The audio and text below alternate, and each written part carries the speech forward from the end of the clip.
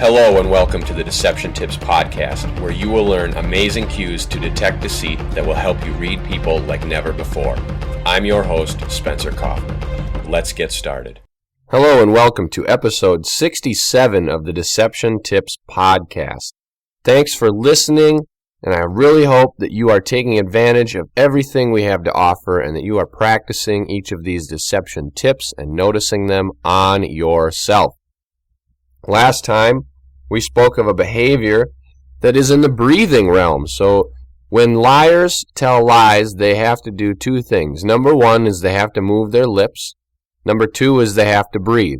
Now, that isn't entirely 100% true because sometimes when people lie, they may hold their breath, which is a sign of deception, or sometimes they may say nothing at all and only exhibit body language, such as when you are trying to suggest answers or guess answers and watch for their reactions. They may not be speaking, but their body is still speaking. So generally, though, they need to breathe and their lips usually move. That's why we've said over and over again there are a lot of signs on the lips. We've gone over several different ones. In addition, there are several signs when it comes to breathing, and this is why we've gone over some of them. There are different breathing patterns and speech patterns, etc. So anyway, last time we spoke about how they may breathe regularly, and then at the end they're going to take a longer, deep breath to kind of relax themselves or pacify themselves. This is more of a pacification gesture. You may see it with the puff up of the cheeks. It's also similar to how when the liars will breathe and do that long, slow exhale, this isn't a sigh of relief. It's more of a breath of relief. There is a difference between that relieving breath and then just the regular, deep, long breath. So pay attention to those, know those differences, and you will be able to detect deception a lot better because you will understand how people breathe. Now, it's important to pay attention to your own breathing, because you obviously breathe a lot, or you wouldn't be alive. Therefore, you have first-hand experience with how you breathe, and you're human, and other people are human, so the way you breathe is going to be similar to the way they breathe. So if you use yourself to learn from, then you can use that knowledge when interpreting what other people's breathing may mean. So that's something to keep in mind. Today, we are going to talk about a different tip. It's on the face, it's with the jaw, and in the mouth, etc. And it has to do with the nervousness, the tension, and the fear involved in telling a lie. You say, wait a minute, fear? Yes. People are scared to tell lies. They're not really scared of telling the lie. They're scared of what comes if either the lie doesn't work and they get caught, because if they get caught, now they're afraid of the consequence of whatever they were covering up or whatever they're lying about, but they were also afraid of the consequence of being caught in the lie, because now they have a double consequence. They're going to be in trouble for what they lied about, and they're going to be in trouble for lying about it. So it's double. So they're very afraid. They're nervous. They're tense. They're stressed, etc. In addition, they're also afraid because in their heart or in their mind, they know that lying is not good. Most humans have the moral compass. They're conscious and unconscious. The unconscious is trying to push out the truth. The conscious is trying to get away with everything. And most people have that internal strife that says, no, lying is not something I should do. So then, of course, they become afraid to do it, because it's not natural for them. Although, for those who it is natural, all of these tips really don't apply very much. Those are the pathological liars, the sociopath type, the psychopath type, etc. So for them, lying is just an everyday thing. It's a conversation. It's something that they do all the time. It doesn't even matter what the plan is or what's going on. They are simply going to lie. But for other people, lying is an unnatural behavior. So anyway, here it is.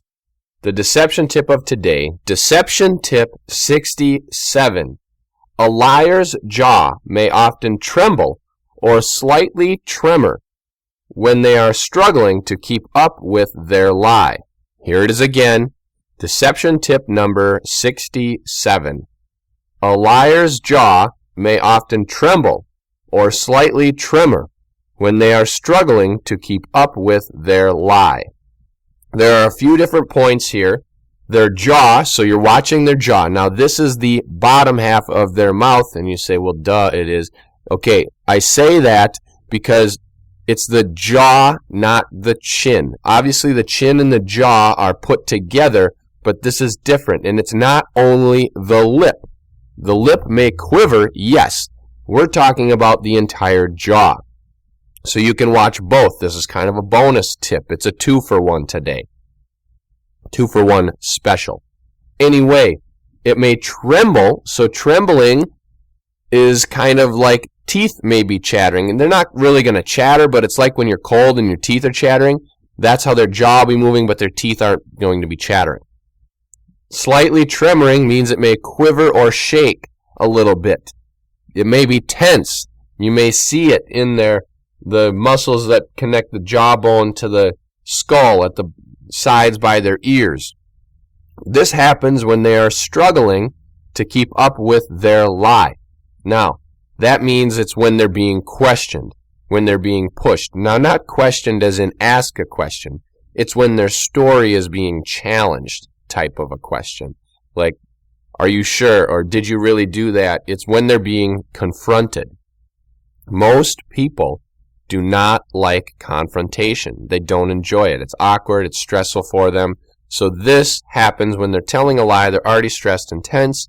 Then, when somebody confronts them about it and puts them in that challenging position, now it's like an overload of this emotion, and then they may tremble or tremor, and it could be a variety of emotions. It could be fear, it could be anger, and it could also be like sadness, like when you're afraid and you cry type of fear. So there are a lot of different things that go into this and the reasons that they may happen, but it's important that you watch for it and see it all the time. Now we're going to dive into a lot more about it coming up right after this. People are always being fooled by lies because they don't know how to spot them. When more people like the Deception Tips Facebook page, less people will be fooled by lies. Welcome back to Deception Tip episode number 67, where we are talking about the jaw and how when people lie, when they are challenged in their lie or pushed a little bit, a little beyond what they think is reasonable, a little bit to overwhelm them, they may experience trembling or quivering of the jaw. It may tremble, it may tremor, it may shake, whatever word you want to use.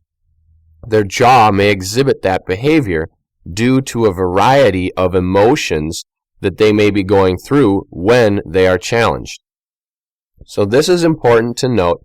This isn't a response to when someone is yelling at someone. So like if there's an interrogation going on and the person doing the interrogating, the target, he or she is screaming at the person, yelling at them, calling them names, telling them they're worthless, all kinds of insults, and the person who's lying, the suspect, is trembling or is quivering of the jaw or any of these behaviors, that doesn't mean they're lying. That just means they're afraid or they're scared or they're crying or they're sad, they're beaten up, they're broken down because of what the target is doing. They should never be doing something like that. So this happens when it's legitimate, when it really means something, when it means or could mean deception or that they are being withholding or deceptive. It's happening kind of out of the blue, such as when you push somebody and then all of a sudden they start crying and you're like, whoa, what's going on? And they have some pent-up emotion and something you said triggered some past memory that made them cry and you didn't even know about it. That's the type of response we're looking for here. That's the type that you're going to see when you all of a sudden push them and say, no, I don't believe that that's what happened because I was there at this time and I saw this, and that doesn't match up with your story. And all of a sudden they start trembling and shaking and you're like, whoa, okay, something's going on. That's the type of response. It's somewhat out of the blue. It's when they're pushed a little bit, when they're challenged, when they're questioned, and all of a sudden, it's like the floodgates just open up or waterworks start, and they may tremble, they're afraid, because they realize that they might be about to get caught in their lie, and they're scared of being caught, and they're scared of what's going to happen when someone finds out that they are lying, and then the consequences of the initial action and of lying. They're afraid of that. They don't know what's going to happen. It's the uncertainty.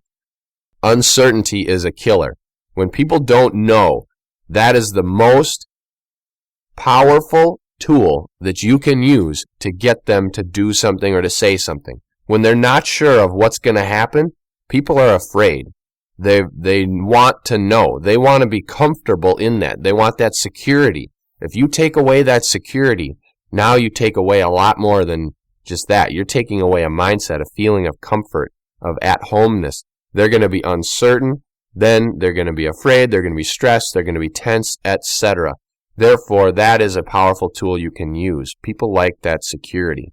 When you take that away from them, they may start to exhibit other behaviors. Now, you can use this to your advantage by getting them to tell the truth. So what you can say is, you can show them exactly what will happen when you find out the truth. You give them the security of knowing what will happen. You say, if I find out what happened, this is what I'm going to do about it, this is what's going to go on, this and this and this, and you'll be providing them with a security in the truth. Then they may be more persuaded to tell the truth rather than to continue lying. But it's also important to note that if, in fact, that they are a little bit too much overwhelmed, they may not even say anything. You'll just have to rely on the body language that they're exhibiting. That jaw may be trembling.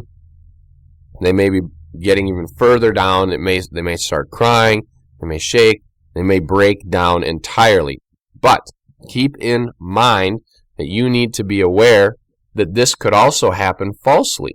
Somebody could start crying in there just to hope that you're going to let them go or you're going to let them off the hook. This is why it is very, very important that you look for patterns and clusters of behavior. So if you see their jaw trembling, that's a slight fear or sadness or type of a behavior. Look for sadness in their eyes. Look for fear in their eyes. Look for those responses. Look for other behaviors around the body. If they truly are scared of something or of what's going on, then they may be exhibiting some of those stress and tension relief behaviors. Things such as bouncing their legs up and down, up and down, up and down like a crazy person. They may be bouncing both of them, not even just one. That was episode 30. They may also be doing stuff such as massaging their neck, like because it might be getting tense. That was episode 38. We spoke of that. They might also be doing things with their hands, like massaging them or wringing them to kind of release that stress and tension. We talked about those in episodes 52 and 51. So they could be doing any of these stress relief, tension, and anxiety behaviors in addition to that jaw trembling. In fact, we expect it.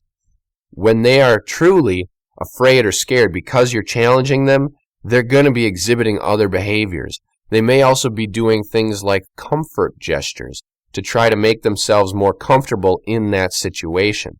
Something like a repetitive behavior. Maybe they're opening and closing their hand over and over again. Maybe they're rocking back and forth. Something like that. Maybe they're stroking their arm back and forth with their finger or something like that. It could be anything that is done to give them more comfort. It's like the situation where if a person is normally at home and they do certain things, then when they go to a new environment, they're going to do those same things to try to bring that comfort of home to that new environment. That's what they're going to be doing. So watch for those in addition to the jaw tremble to complete that cluster of behaviors. I want to thank you for listening to this week's episode of the Deception Tips Podcast. I hope that you'll share it with your friends, subscribe to the feed, check out the videos, the Deception Tips blog, and take a look at the books I have available. And as always, tune in next week for a new Deception Tip.